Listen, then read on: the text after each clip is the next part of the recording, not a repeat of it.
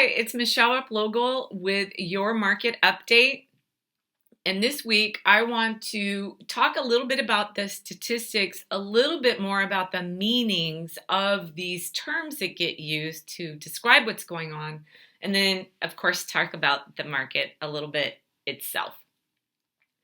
So let's just jump right in. Today, we have 44 new listings, and last week we had 52. We have 9 price reductions, and last week we had 19, which is interesting because that's kind of talking about the market shift that we're starting to see between August and September. Pending and contingent, we have 52. Last week we had 78, and in the last couple weeks we've had a lot of pendings. So we are going to see a lot of sold. So the sold number that I'm going to quote is definitely going to go up in the next couple weeks and be like, oh, it's a busy market. Well, it's kind of a result from an uptick, and then we'll kind of see, kind of where it ends up. Transaction cancel, we have 4. Last week we had 5.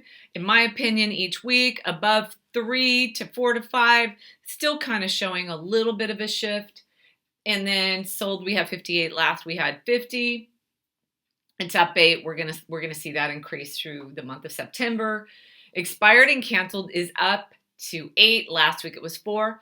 You're gonna see more of these because the market, a lot of the buyers right now are still just looking for that typical 3-2 rancher in a really good neighborhood, or even a great neighborhood. Most neighborhoods in Santa Cruz are really good.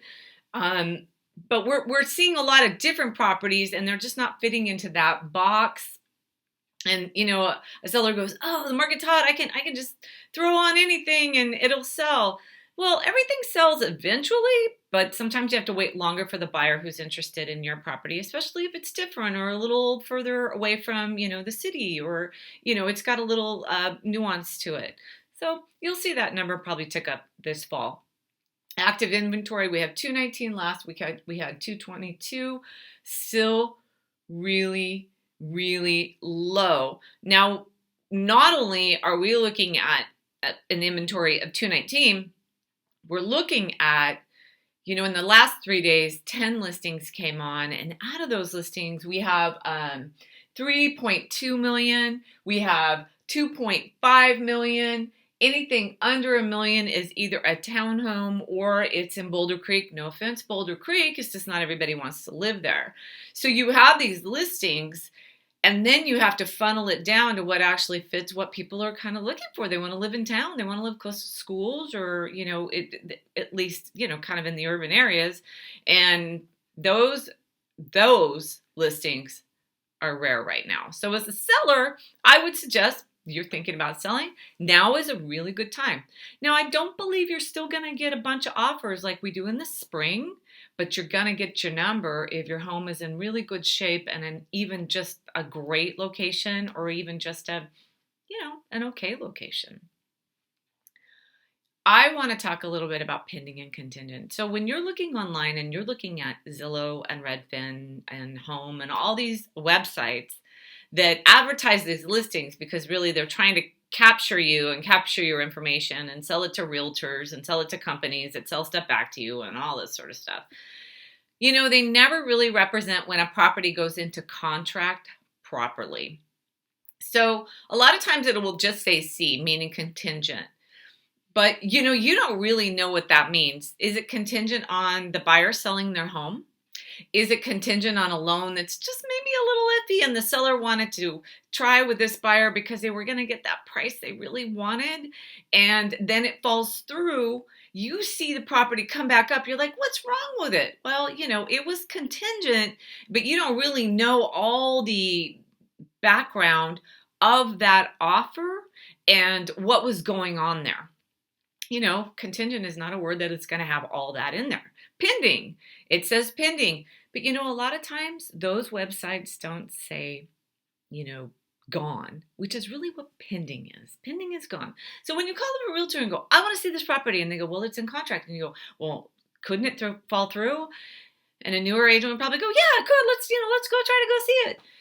And an older agent would be like, it's gone.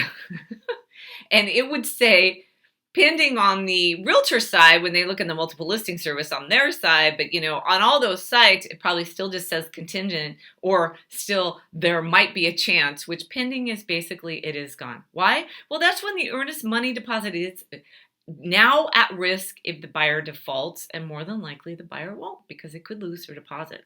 Very well could lose their deposit. So those two terms don't always sum up everything that's going on. And I like people to really have an understanding of the market. That's what these videos are for. Now, the market is shifting. Does that mean that the market's going down, or, now's your time? Well, now might be your time, simply because other buyers are distracted. We've talked about distractions before. It's school time, and it actually is school time, and a lot of people are going back to work and school despite the variant. And while they're busy doing that, they're not home shopping, and or they are not able to move as they were once promised by their employer, and now they have to stay put or stay closer. I heard that Google was actually going to pay based on you coming into the office. So they're not trying to put you at risk. They're just trying to say, hey, if you stay closer and more engaged with us, we might change your pay scale. So as a seller, I think you're still in great shape. If you have a home that's in just moderately good shape and a great location, or even just a good location, everything is a great location in this area, in my opinion. But you could still do very well. And as a buyer, now's your time. There's less offers, a little less competition. Just know that the market's not going to crash. I know there's some articles out there online about foreclosures and the defaulting market. I just don't see it happening, not particularly even in our area and some of the, the hotter inland areas as well. Anyway, Michele Replogle, Coldwell Banker. Please subscribe to my channel, contact me, or listen to my podcast, The Realtor Lady. I'd love to hear from you, or see your comments, or share, or like. Thanks.